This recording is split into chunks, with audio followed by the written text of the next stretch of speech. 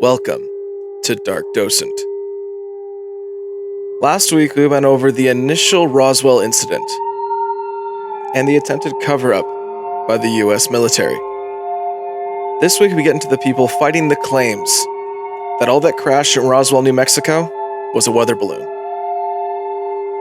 Welcome to the Roswell Incident Part 2. Witnesses and Whistleblowers.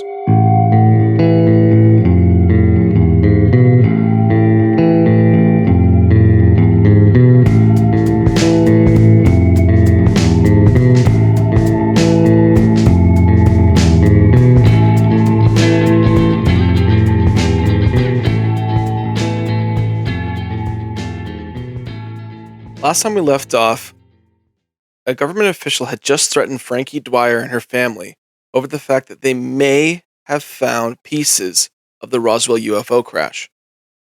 So that's terrifying.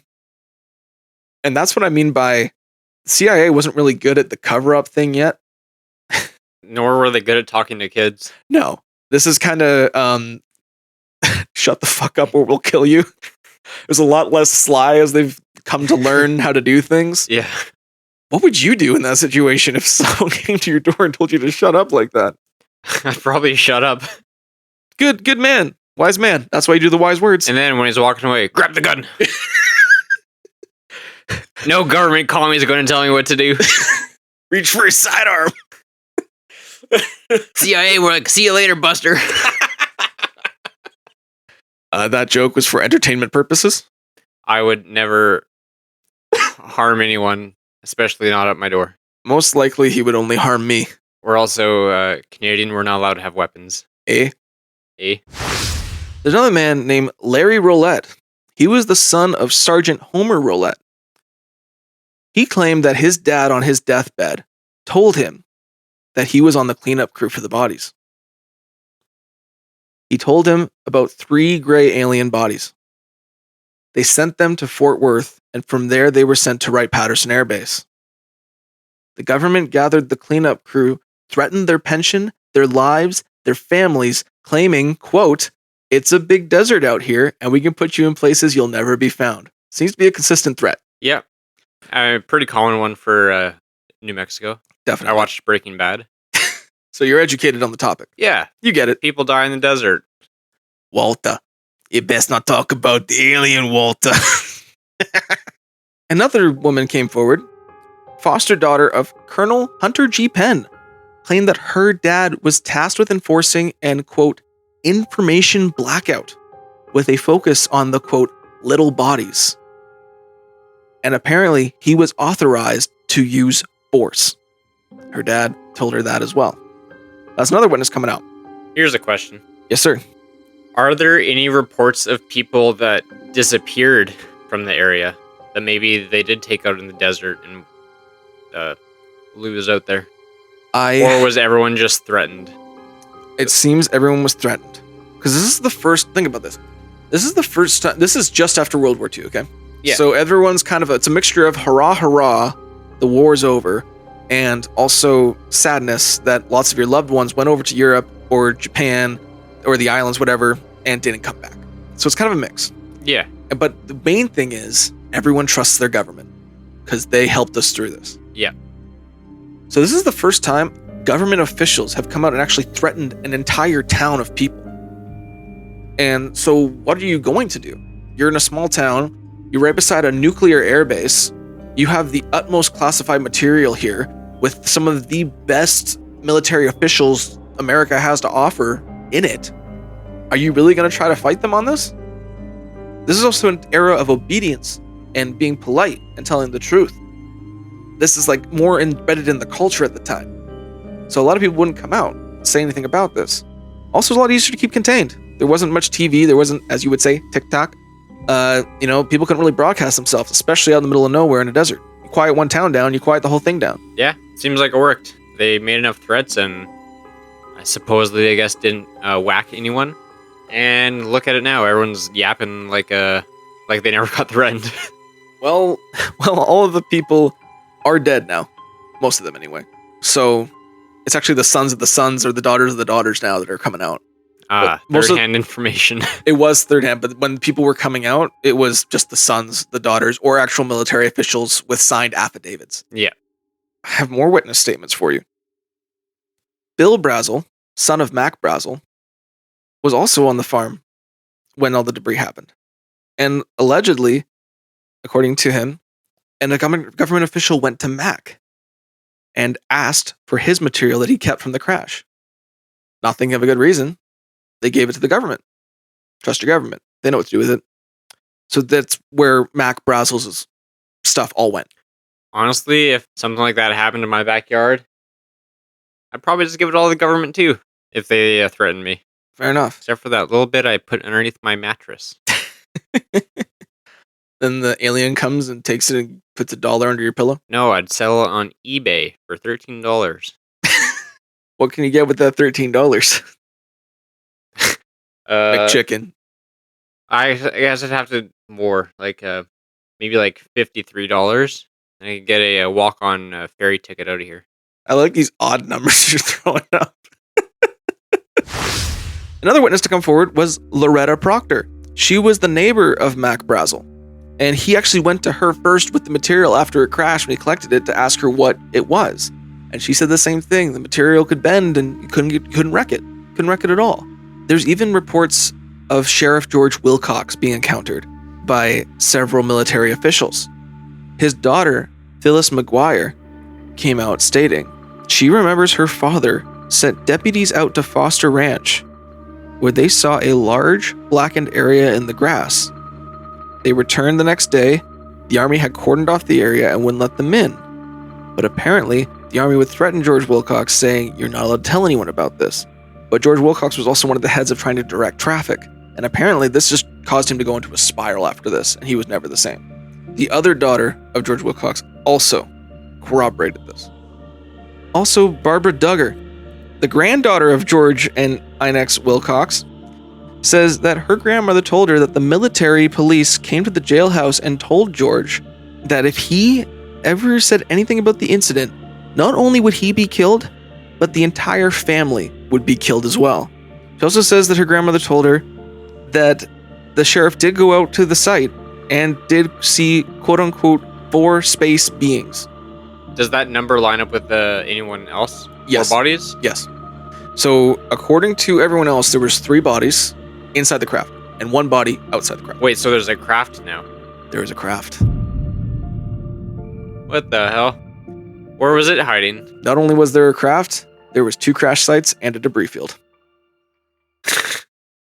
Did the crash sites line up at least? Like it did bounce? Yes. Okay. And I have a map of it for you. Oh, great. You're looking at me like, what the fuck? Fantastic. Here is the map of the crash sites. So we've got 1 crash site over here, we've got the debris field over here, and the final crash site here. Ridiculous. A little bit. But we do have several crash sites. And several more witnesses. So not only do we have just civilians, but I told you also that we had military reporting things too. Yep. Robert Shirkey served as an assistant flight safety officer at Roswell Base. He came out and said he saw the material carried to a B-29 scheduled to go to Fort Worth. And he remembers seeing the quote-unquote I-beam with the strange hieroglyphics reported by Jesse Marcel. Robert R. Porter was a flight engineer at Roswell Base, a member of the crew which flew the parts to Fort Worth and to Wright Air Base. He was also one of the men packaging it up and putting it on the plane. He stated that it was extremely lightweight, same thing that I've told you before, couldn't bend, couldn't break it, and he does not believe that the pictures that were taken at Fort Worth were what the material was that he loaded on the plane, and he loaded it himself. And we have records to show that he was one on the plane flying to Fort Worth and to Wright-Patterson. How much more do you want? I got papers here. Are there any descriptions or like sketches or anything of the hieroglyphics? Oh, funny you'd ask that. Yes, there is. Sometimes I'm waiting for you to ask things. This picture's a little blurry only because I saved it off the internet. Otherwise, you can find a less blurry version, but it's not anything that's bad. These hieroglyphics were drawn by Jesse Marcel, showing people what he saw. If Feast your eyes. I can't read that. Yeah, the symbols are not legible. But this is him drawing the I-beam, and then he showed what the symbols look like up close. And he's an intelligence officer, so he kind of knows what he's doing. Yeah, spreading misinformation. Of course. But here's the thing, is that this isn't the only UFO craft that has allegedly had hieroglyphics on the side of it. We also have reports of the Kecksburg incident that also had hieroglyphics apparently on the side of the craft when it crashed. We also have reports from the Rendlesham Forest incident, where troopers got a foot away from a craft that landed in a forest and then shot up in front of them. 2 soldiers both corroborating that there was hieroglyphics on the side of a triangular craft. So hieroglyphics is a common thing on ships, apparently. Not just this one. Crazy. Yes. We have other people that have come forward. Robert E. Smith came forward talking that he was one of the people who loaded it on the plane as well. Another man, Robert A. Schlischer, was a part of the crew that took it to Fort Worth, then to Wright-Patterson. All these people have come out and stated what they saw that day. And it keeps going up the command. Walter Hout, the man that I told you about, the public relations man, he left an envelope that stated, "Do not open until after my death." And they didn't until after his death. And I'm going to tell you what that envelope says. What a weenie thing to do before you even say anything.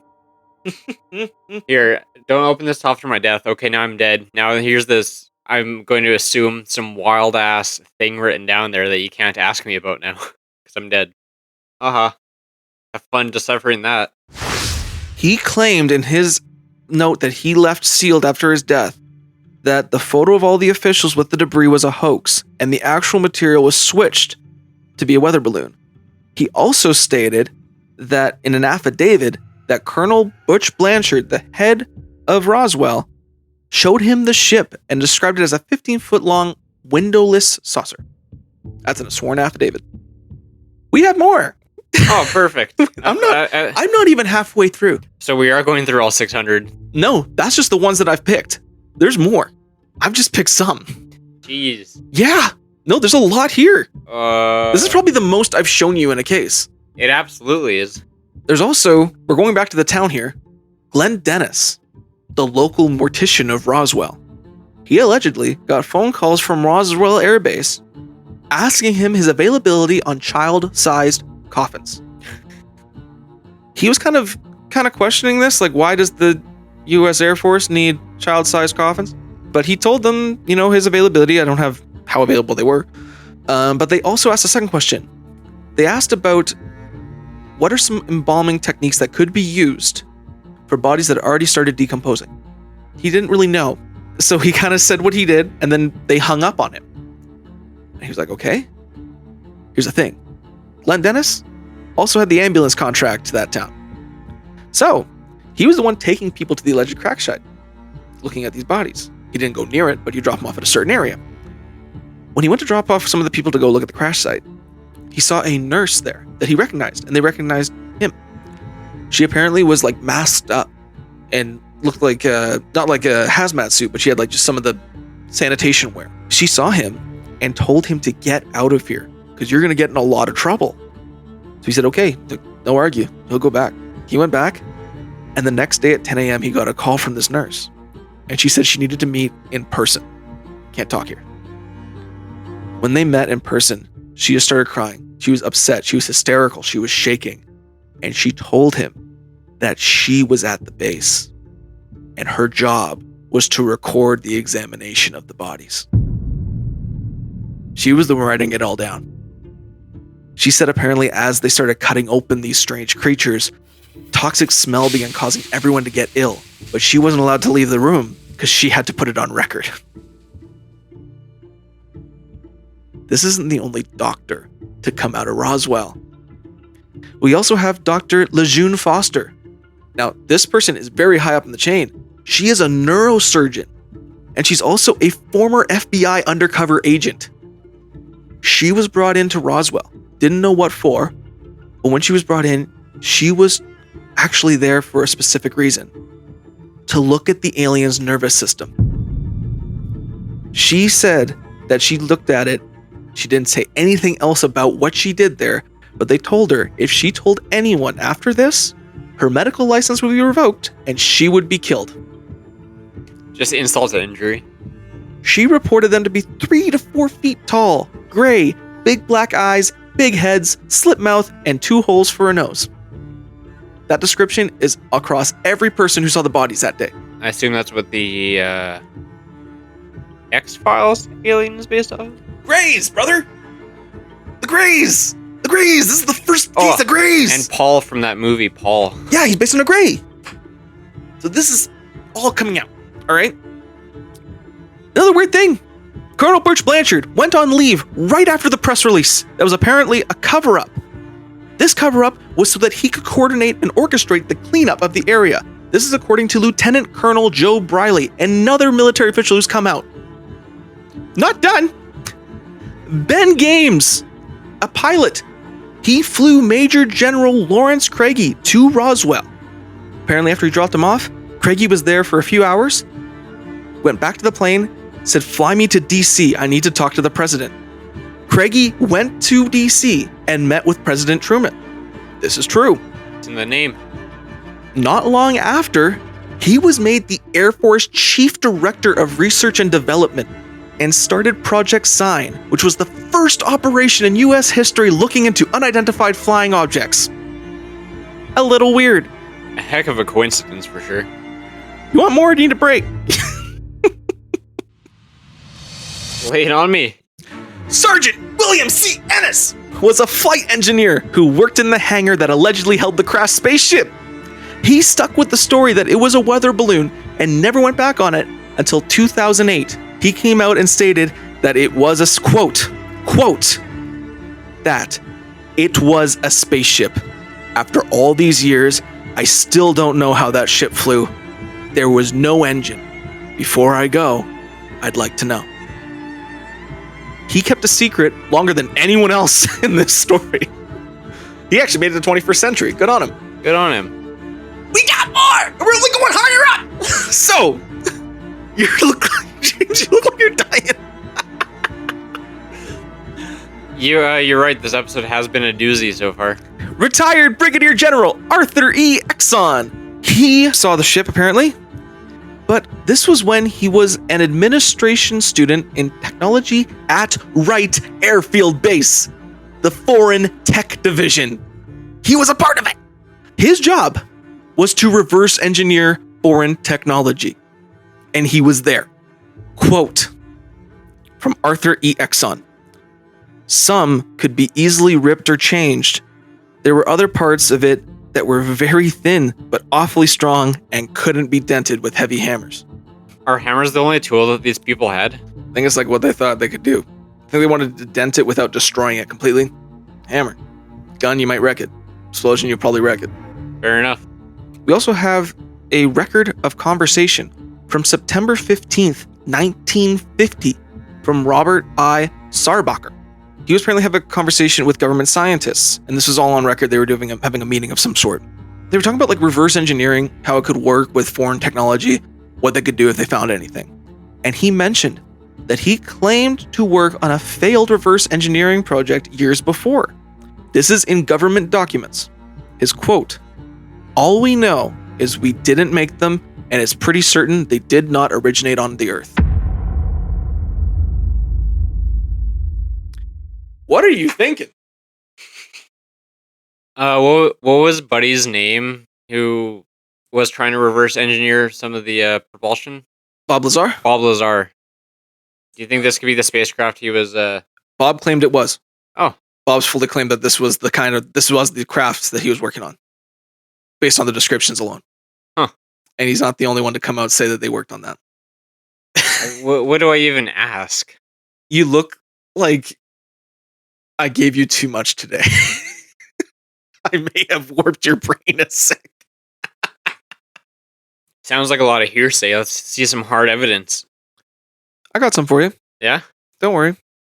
I think the whole town of Roswell was planted there by the newly publicized CIA, who'd probably been around for at least 25 years prior before going public. It was around, but it was under a different name. It was started in 1939 by J. Edgar Hoover. And they're just trying to do this to confuse us, to get us ready for the, what is it, the mothership that's approaching Earth in like 150 days or something like that? That's a lie.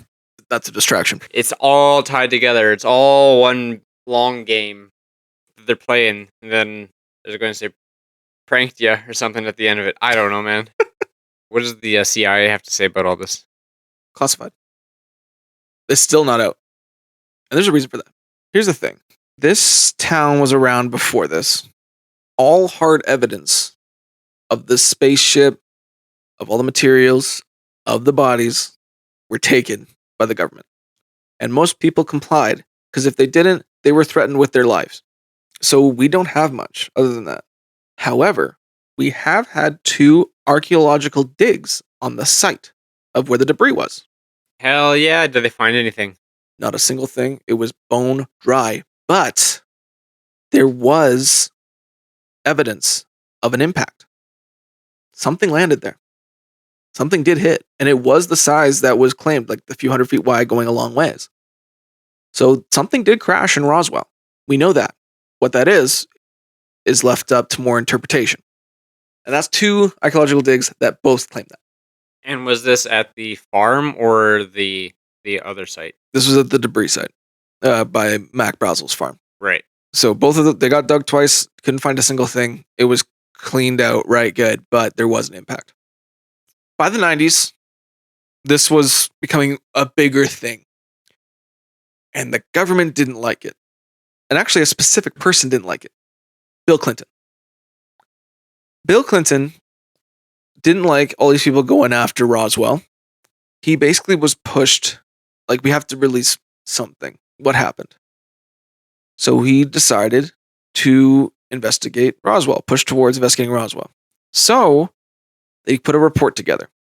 The report was called The Roswell Report, Fact versus Fiction in the New Mexico Desert. And there's a cover art for it.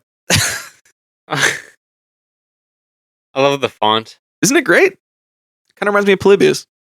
Maybe that's tied in there as well. In February 1994, Congressman Steve Schiff, who was a skeptic and was tired of everyone scrutinizing Roswell, trying to go back at Roswell, requested an audit to locate all government records of the Roswell incident, determine it was handled properly, and there was nothing to report. The report came out, and here is what the final results of the report were. 1994. Can I take a guess? Weather balloon. Yes. Not even kidding. That's what it was. So, way to double down, guys. No, but not just any weather balloon, a bigger one. That's actually... even kidding. That's actually what it was. So, the report came out stating that there was a cover-up. There was one, but it wasn't of a UFO. It was a cover-up of a secret mission they had going on called Project Mogul. What Project Mogul was is they were trying to send really big weather balloons into the sky. That's the picture of the weather balloon I showed you earlier. That's from Project Mogul. Right. These weather balloons were supposed to go up 60,000 feet into the air, and they put microphones and radar reflectors on them. And their goal was to see if they could pick up Russian nuclear tests. And so they said that, going up so high, you wouldn't have seen it, and it would crash back down to Earth, and it would look like an alien spaceship from all the reflectors and microphones and tech and stuff like that. And these balloons were huge. They were 650 feet long, and they were all along the Pacific, and they actually went down through New Mexico and to Florida. So everywhere they were testing these around the west and south parts of the United States. 650 feet long? Yes, sir. That's a big balloon. Yes, sir. So they were like, case closed. All you guys saw was a balloon. No need to worry. It's just that. The public said, we know. We know you were launching balloons. We saw them every 2 days. The newspaper would announce when you were doing it so we wouldn't freak out. We know you were doing that. It's not a secret. So they were like, you guys are stupid and you saw a weather balloon. They're like, yeah, we saw them a lot. This wasn't that. But they were like, it's okay. Goes to show that it was just a weather. They're like, it wasn't a weather balloon. But basically, that's where the government left it. If you don't know, now you know. A weather balloon. It's a weather balloon. And don't ask any more questions. Did anyone have any more questions? Yes, a lot more. And actually, government officials in Congress had more questions because they did not like that explanation. So, Since people did not take big weather balloon as an excuse or reason because we saw them and we know what they looked like, Yeah. they put out another Roswell report. This one titled Roswell Report, Case Closed. It also had cover art. They got lazy with the font on this one. They did. They were just kind of tired. I mean, yeah. New York Times bestseller. This was talking about the alien bodies because people were still obsessed with the bodies. Like, bodies aren't in weather balloons. You hope not. So why would there be bodies? So this was them trying to debunk the bodies. What people actually saw were dummies and monkeys, because those were actually used in tests to see the effects of parachutes on people back in over New Mexico in the 1950s. They would throw monkeys and mannequins out of planes and see how they would impact on the ground. That's not a lie. That's true. I know, what the fuck, right? I mean, how else would he know if you don't do it? I think people got mad about the monkeys, so they switched to mannequins. No more monkeys jumping out the plane. 5 little monkeys jumping out the plane. One didn't deploy and died real fast. Art. Fucking art. Basically said, don't worry about it. It was just dummies and monkeys we were using to test the effects of parachutes on people. And we were dropping them over the New Mexico desert because of the lack of population. One problem. These tests were conducted in 1953, 6 years after Roswell. That's a small problem, I guess. Also, people reported the alien beings to be 3 to 4 feet tall. These dummies were 6 feet tall. How tall were the monkeys? Monkeys, I think, were like 2 feet tall. They weren't like big monkeys. They were monkeys. So it's like too small or too big, not 3 to 4 feet. Doesn't match it. Also, they were gray and hairless and big eyes. They weren't monkeys. The You could find at least one monkey that looks like that. Maybe, but I don't. Maybe after it hit the ground from 20,000 feet, I don't know. I still can't believe they did that. That's the part that bogs me. Let's throw monkeys out of plane and see if they. I absolutely believe they did that. It's just crazy. It's just insane. I don't know. It's nuts. So anyway, Air Force Colonel John Haynes said the reason for this is because the entire town just mixed up the years. Okay.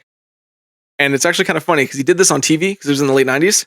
And I have a clip for you of him doing it, not expecting that people were going to question him. And he looks fucking lost. And he's like, oh God, fuck.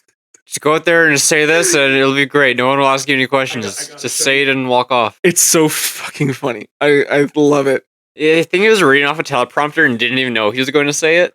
Like the anchorman. Yeah. Ron Burgundy.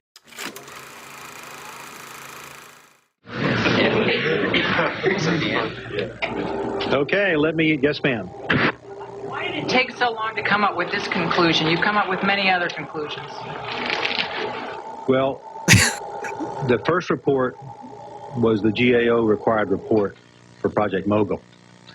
When Captain Gandry was doing additional research after that report had been given to the secretary, and we were waiting to publish the second report, he was looking for additional pictures.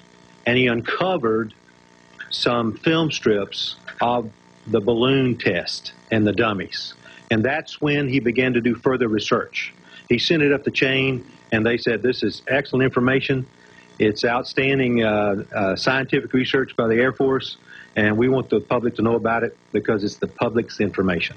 Colonel, how do you square the UFO enthusiasts saying that they're talking about 1947, when you're talking about dummies used in the 50s, almost a decade later? Well, I'm afraid that's the problem that we have with time compression. I don't know what they saw in 47, but I'm quite sure it probably was. If you don't know what they saw, then it probably wasn't this. You find that people talk It's okay, it's about just things, time over a period of compression. time, they begin to lose exactly when the date was. And there were lots of dummies dropped. There were about 2,500 balloons launched during this 30-year period. Just a newspaper with a Mexico printed date on it. Why do you think people in Roswell and elsewhere still are not convinced, no matter what you say? I'm sorry, but I just can't answer that question for them. But they must look at the evidence. If you will read this book, and I'm sure We did, and you're wrong. You don't even have the date right. Quite frankly, you're going to find some very interesting and quite fascinating. Read this book pieces of on time information about Air Force compression. research. Then see how crazy they are. That as the I'm not crazy, they're crazy. Information I quite frankly don't know. But we do because it overlays so well with this period of time.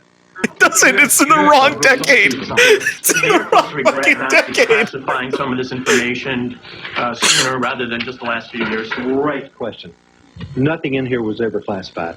It's all classified. Report, all of it's still classified. In the 70s. How much did the study cost?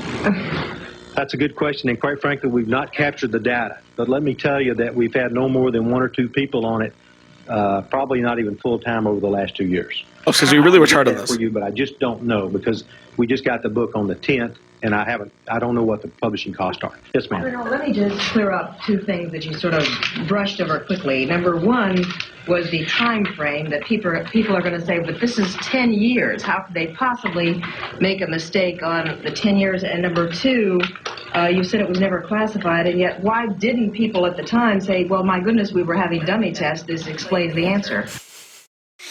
So that's... Back when people actually asked questions. Yeah, it was amazing. It's one of my favorite videos. Oh, what's your favorite kind of ice cream? Yeah, stupid shit like that. I just thought that was fucking hilarious. He obviously did not know what to say. People were not buying it. People were not buying it at all. But if they just read the book, then maybe they would. Maybe they would. Case closed, I guess.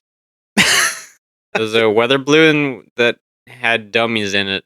But they didn't launch them from, I guess, I don't know. But they also never said that there were dummies in the weather balloons. No, they just said they weather dummies. Balloons, that was the crash, and they were pushing dummies out of planes. 10 years after that. Yeah. And the public said, no, we knew you were doing that because we could see the giant fucking weather balloons you were launching because our town is right by your airbase. Also, this is a town that's used to nuclear tests. The White Sands nuclear test facility is literally between Roswell and the second crash. How unsettling. Why do you think the alien ship went down? I have an explanation for that too. I'll wait to the end. Okay, sorry. Kind of a smoking gun. Also, this didn't satisfy anybody. This actually made people ask more questions, especially with the way Colonel Haynes looked. So, people requested the files on the Roswell incident. They want to see the Roswell files from the incident from Roswell Air Base. Turns out, all the files from January 1947 to October 1947 were destroyed. And those were the only files destroyed in the entire airbase's history. Did they have an excuse for that? Oops. I don't know. But here's the thing, is the people or group who was authorized to do this was never named and not included in the note that said it was destroyed. Most time I say like from Pentagon, from this, blah, blah, blah. This was unnamed. So what are you thinking so far?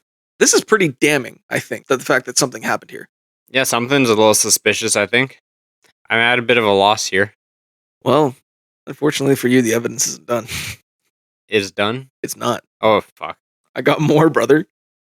Are you okay? I wasn't prepared. For this much shit being thrown at you? Yeah. Are you surprised that I have this much stuff? I'm glad you do. I'm glad that you are glad, because I'm glad it's on something like aliens and not something stupid like ghosts or curses. No, I think this is probably the more believable of the other things. If you had just 3 hours of evidence for James Dean's car, I'd be upset. Like, just stop, dude. The warehouse fire that didn't light the car on fire probably wasn't the car that started the fire. But what if I had damning evidence that James Dean's car was cursed? Episode 3, go check it out. Then I guess you just have to listen to episode 3, go check it out and find out for yourself. Boom! Shameless plug. Well, that's said, James.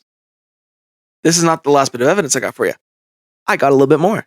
Perfect. And this is probably the best evidence of the Roswell crash ever. The best evidence. Because it's hard evidence. Hard evidence. It's not a quote. It's a classified quote that was accidentally shown. Me saying it doesn't sound that convincing, but the circumstances around it is. Okay. First off, you asked about the crash.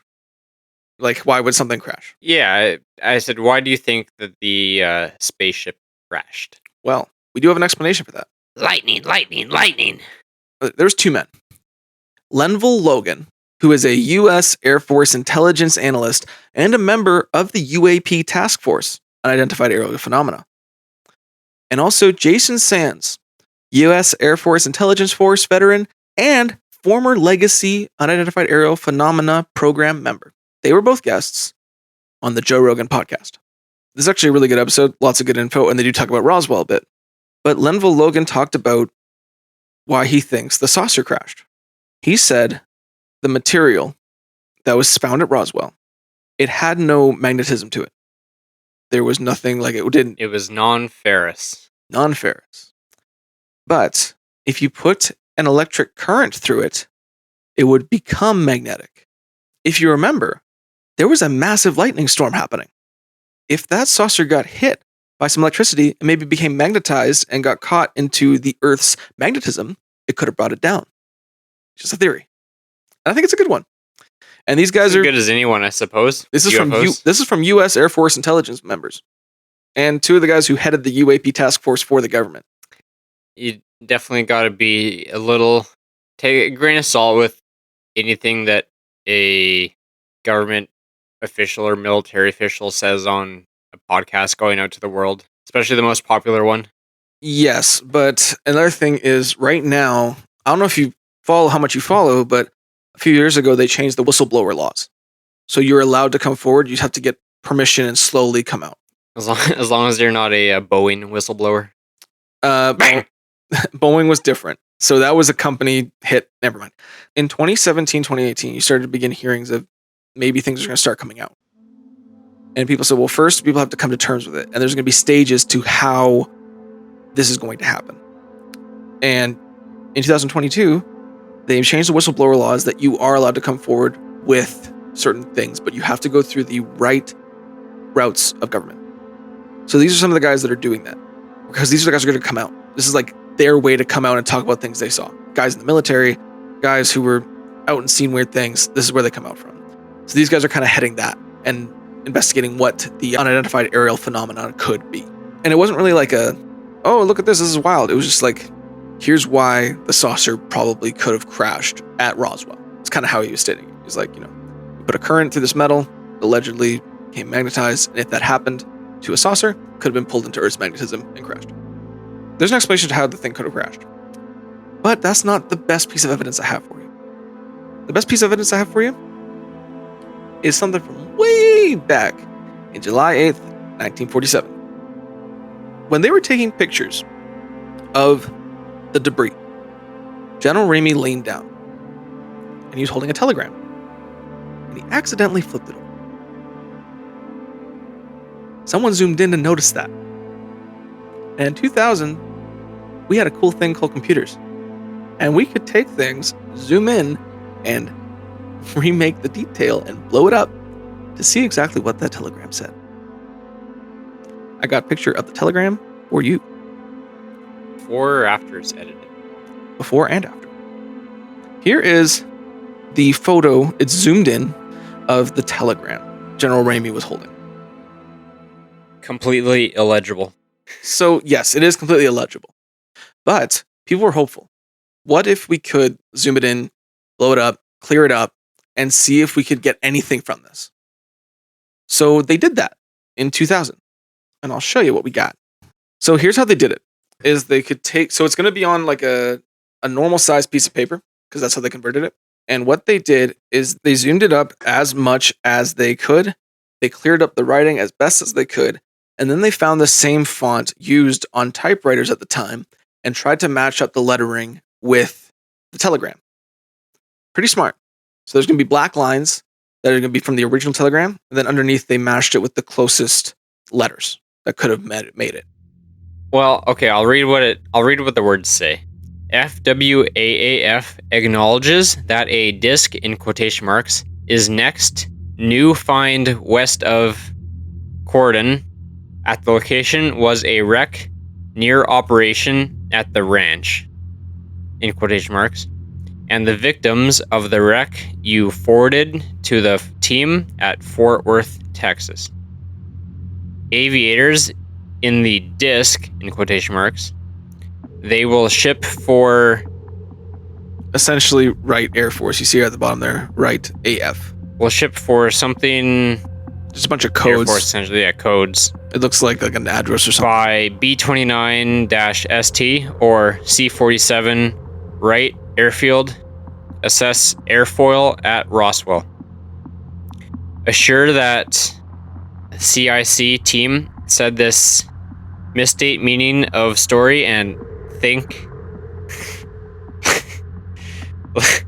late today next sent out PR of weather balloons would take if photos used and land Demorowin cruise Ramey.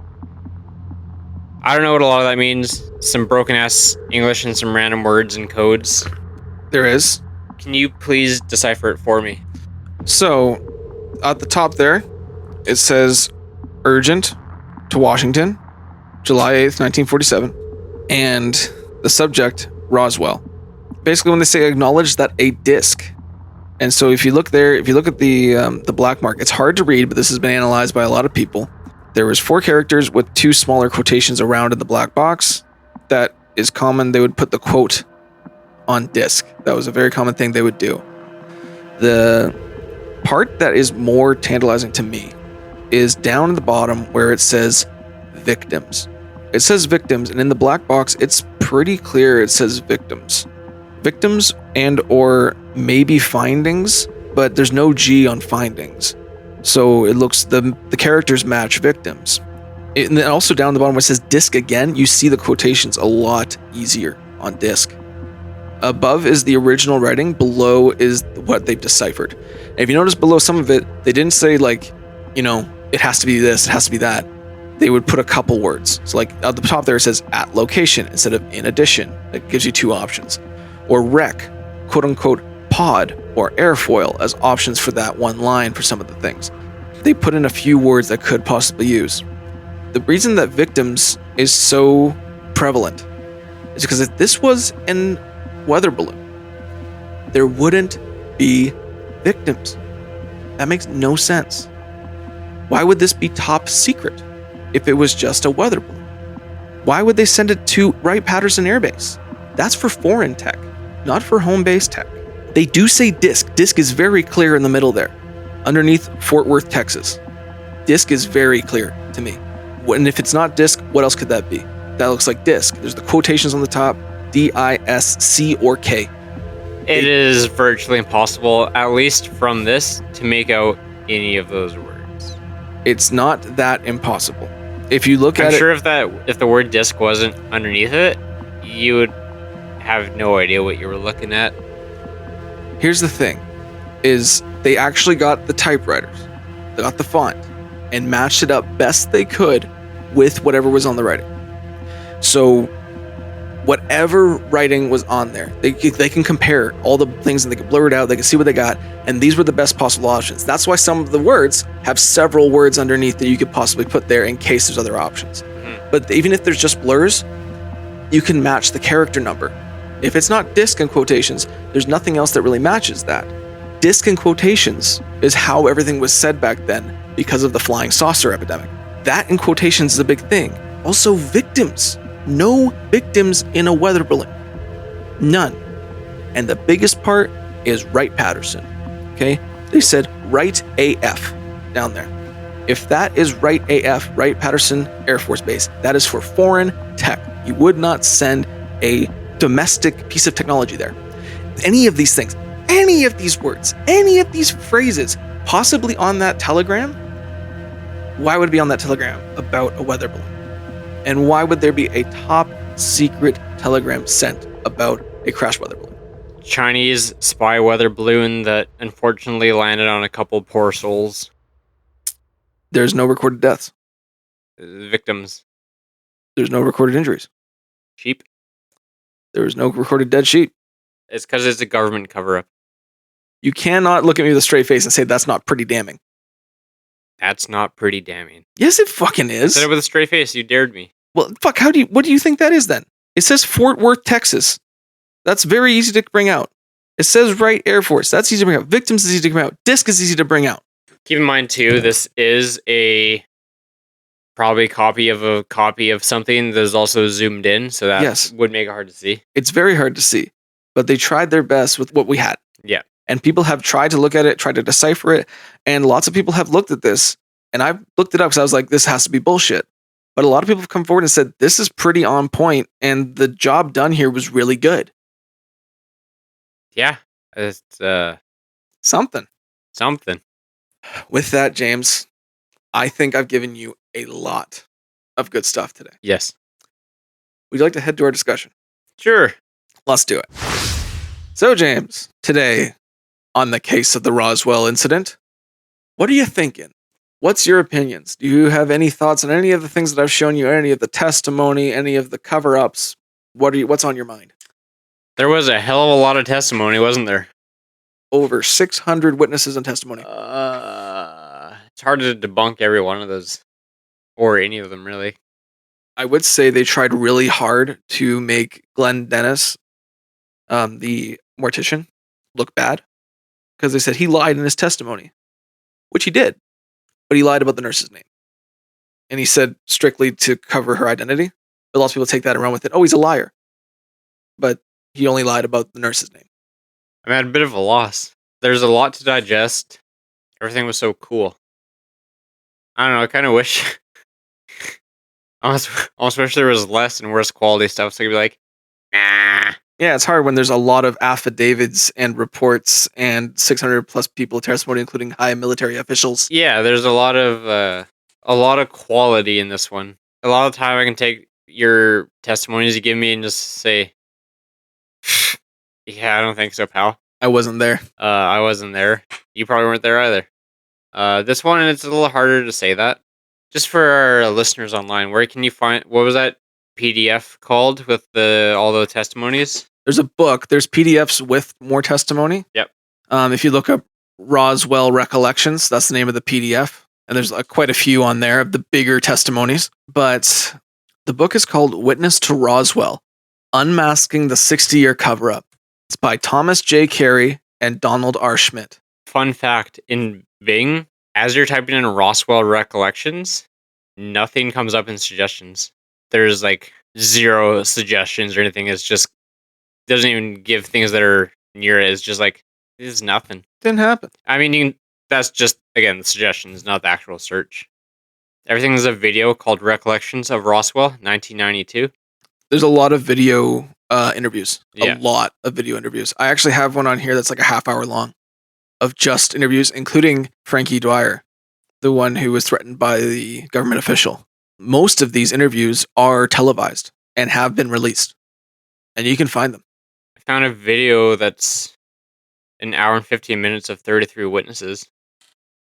No, there's a lot. If you just go on YouTube, look up like Roswell witnesses or, anything like that, and you start going down the rabbit hole, make sure you find a video that the quality is not good, because all of these videos were taken between 1980 and 2001, and they're all going to look like shit. You can find hours and hours of compilations on just the witnesses talking about their experience at Roswell.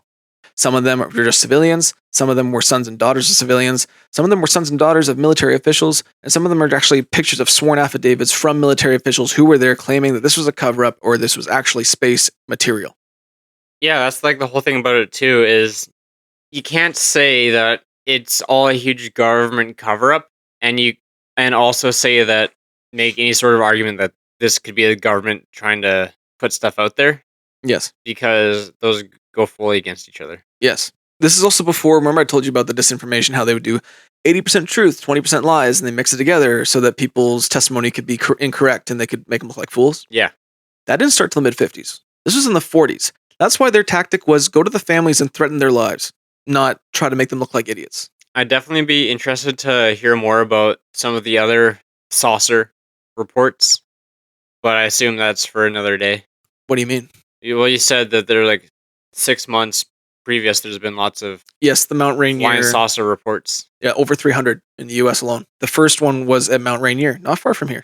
Oh, really? Mm-hmm. That's where the flying saucer came from. A pilot was flying, or I don't know the full story. I've been researching this. I'm a guy who needs fresh stats in my mind to spew them correctly, and I don't want to spew lies. But a man saw them in early January or February of 1947 and he called them flying saucers because they looked like they were skipping across the sky.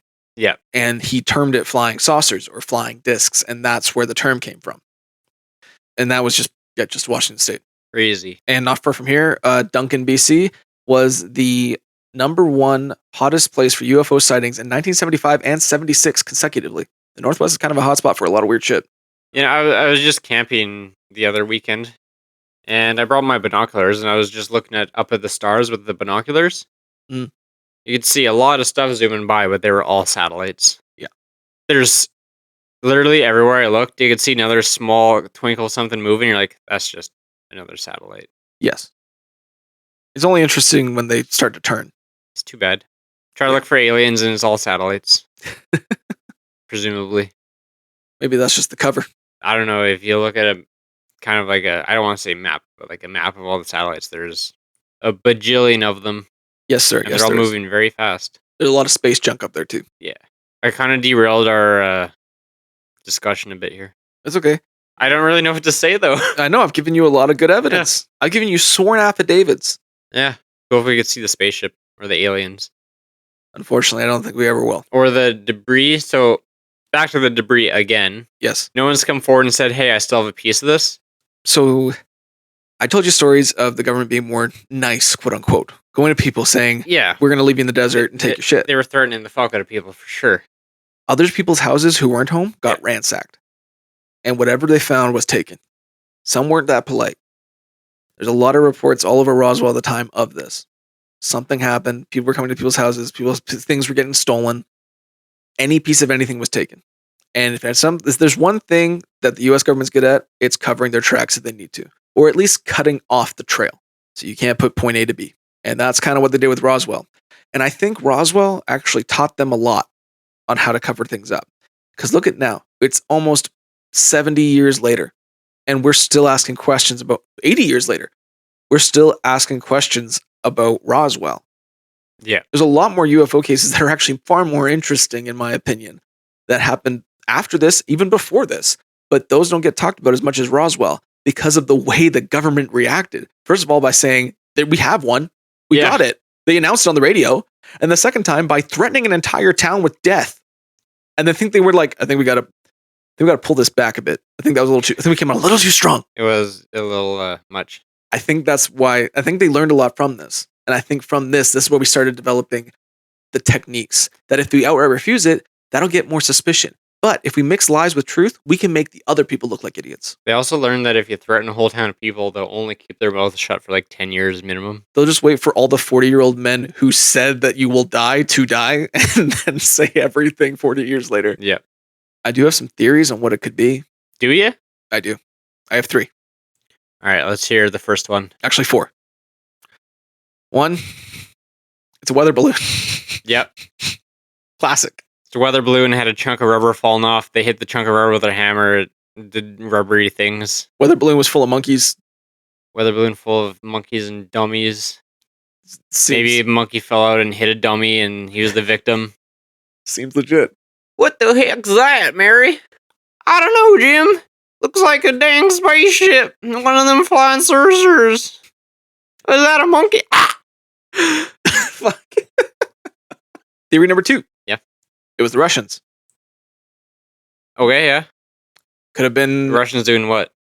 Russian plane crashing. Okay. Plane crashed. Yep.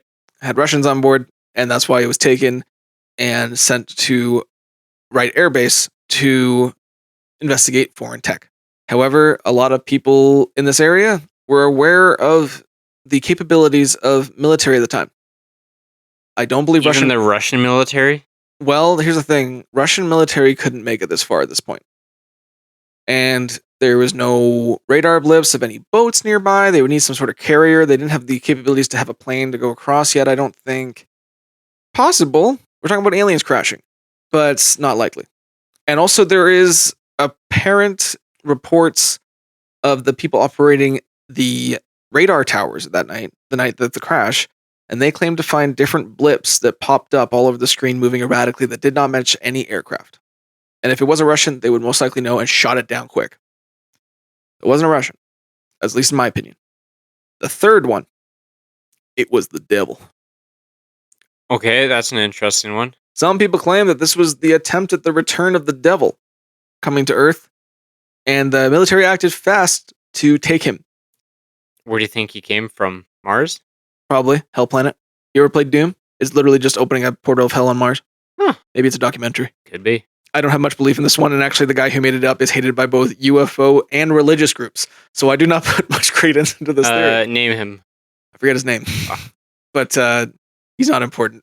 Religious people don't like the idea of alien stuff, really, because they say like it ruins like their thought of creation. Yeah. I'm not a religious man, I don't know.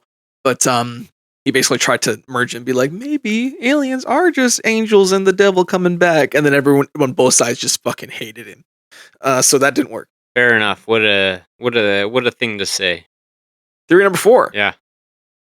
It was a flying saucer with alien beings. You subscribe to this one? I full-fledged subscribe to this one. Yeah.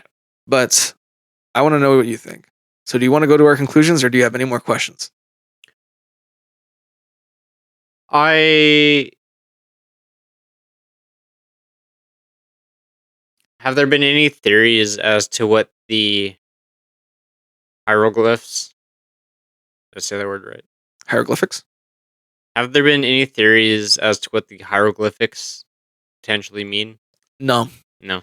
Some say it could have been Greek. Doesn't look Greek. But the one thing that is common is other very famous UFO events after this also had reports of hieroglyphics along the side of the ship. That's a common thing that's been found in other cases.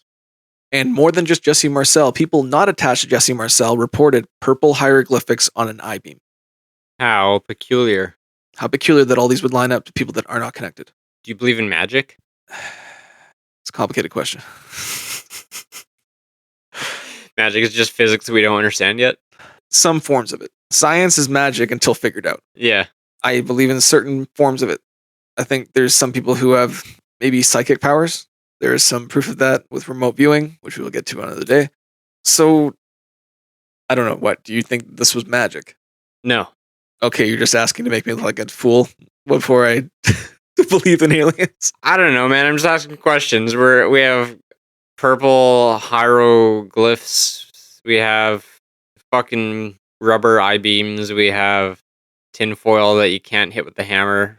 We got a lot of people yapping constantly. Yes. We got military. We got the whatever Joe Air Force saying wild stuff on a press conference, being like, it's a time crunch. You just don't get it. Compression. Time you guys compression. just all lost track of time. Yeah, everyone, including the newspaper with the date printed on it, just got confused for 10 years. Yes. Which is bullshit. Or was it? There's a lot of nuclear bomb tests. Throw back to what I said right off the fucking bat. A lot of radiation in the air, probably. A lot of it's residually, I'd imagine. Maybe some of that wafted over, confused the locals. They're like, and then next thing you know, the newspaper is printing stories about whatever Air Force guy being like, we got him, we got the flying saucer. But I need you to remember where that came from. That was a report from Roswell Air Base to the press. That was from like the radiation hotspot. That was from Walter Haut. Walter Haut with radiation. Shut up. The man who is the public addresser for the military. He is the one that sent that out. We got the saucer, Walter. We got the saucer, Walter. You sure they weren't in Albuquerque? Positive. New Mexico? Roswell. Pizza on the roof? No pizza on the roof.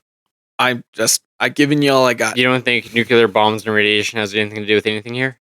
I don't think so. Okay. It has it was just starting. Yeah. So nuclear bomb tests have only been a few years. Could it be a case of mass hysteria? Mass hysteria is kind of up there with swamp gas weather balloons. There is cases of mass hysteria. There absolutely is. But we have sworn affidavits and telegrams and leaked government documents stating that something was there. Well, do you want me to read some of the quotes again to you?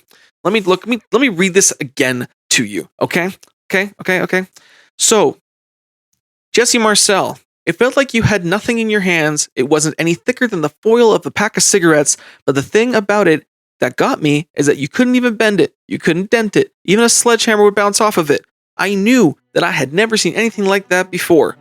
It was not anything from this earth. That I'm quite sure of.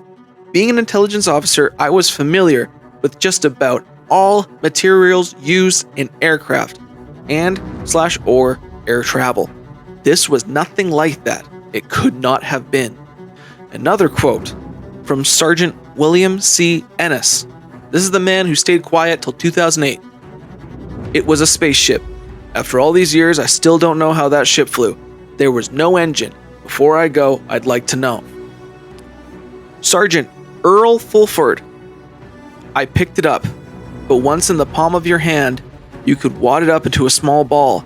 Then you would let it go, and it would immediately assume its original form. In a second or two, just like that. Retired Brigadier General Arthur E. Exon. Some could easily be ripped or changed. There were other parts of it that were very thin, but awfully strong, and couldn't be dented with heavy hammers. A leaked conversation from the government dated September 15th, 1950, in a conversation between Robert I. Sarbacher and some other government scientists, who was one of the head guys to reverse engineer shit. He claimed to work on a failed reverse engineering project a few years before, quote, all we know is we didn't make them, and it's pretty certain they didn't originate on Earth. Need more? No, I think that's a pretty good summary of some of Because those. that's only a few of the quotes I got, and I got more.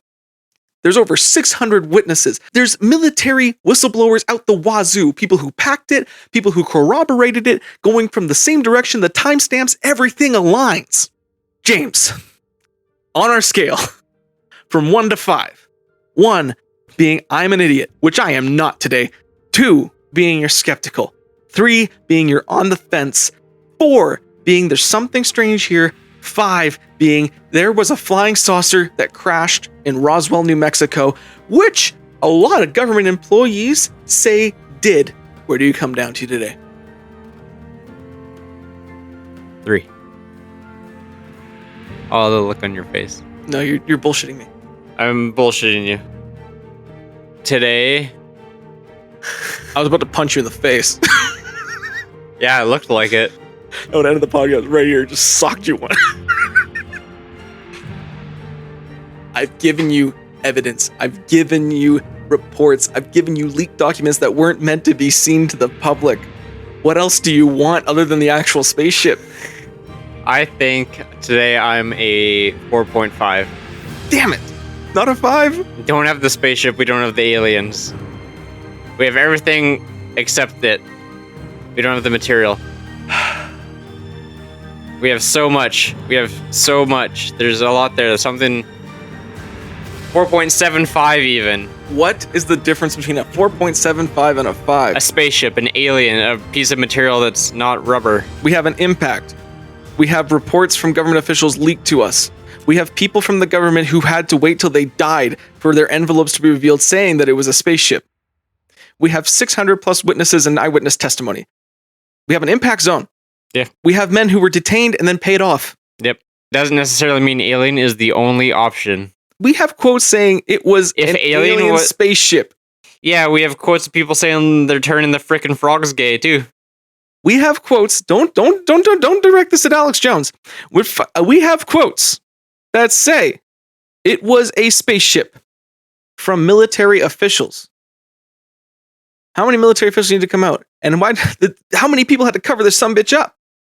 If we had spaceships back then, why did it take us this long to come up with the Space Force? It took us as long to make the Space Force because we still didn't accept aliens were real. After this, think of what we got. Jets. Yeah. Computers. Sure. 20 years after this, we went to space. Allegedly. 15 years after this, we went to space. Allegedly. Didn't land on the moon. Went to space. We've gone to space. Yeah, we gone to space. I'm not saying land on the moon. I'm saying we went to space. We're going to get a lot of hate for the moon denial. Think about where we were before this. We had prop planes that couldn't fly more than an hour. 15 years after this, we had rockets that could get us into space. With a hell of a lot of combustible fuel. Yes, a lot of We weren't flying to space with magic. No, we weren't flying to space with magic. That's all human engineering, baby. It is all human engineering. Internal combustion, that's what we do. Yes, but we needed material to get through all that. We had stuff for it. We have Bob Lazar saying that he worked at Area 51 with objects We've not like even this. talked about Bob Lazar. But I'm just saying that Bob Lazar has worked on things like this. Other people reported things Allegedly. like this. We have how many fucking everything do you need here? There's so much, James. I told you, and I said, yeah, there is so much. That's why I'm between a 4.5 and a 4.75. But what's the difference between a 4.75 and a 5? An alien. An alien. You need A an spaceship. alien. An actual spaceship. Fuck. Some material from the spaceship. Hard, physical evidence of aliens. Fuck!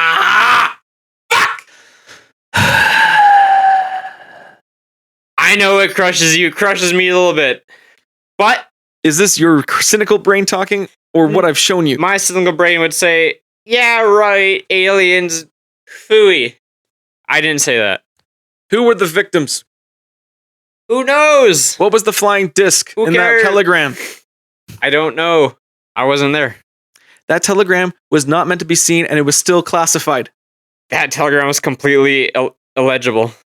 That is years and years of looking at it with other options with the actual font. People have actually looked at it and people still say that that is a good piece of evidence. What's that phenomenon called where people see what they want to see? Pareidolia is when you see faces and things. I understand that.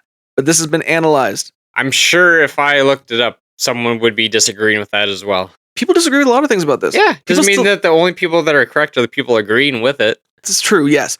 But I'm saying is that this has so fucking much. It doesn't have an alien. It doesn't have an alien. But It doesn't have a spaceship. it doesn't have a It spaceship doesn't have an I-beam with hieroglyphs on it. because they all got taken. They sure did. They're gone. They're not here for us to see. Sorry. You look like I shot your dog. Some ways you did. Final answer, 4.75 today. I'll take it.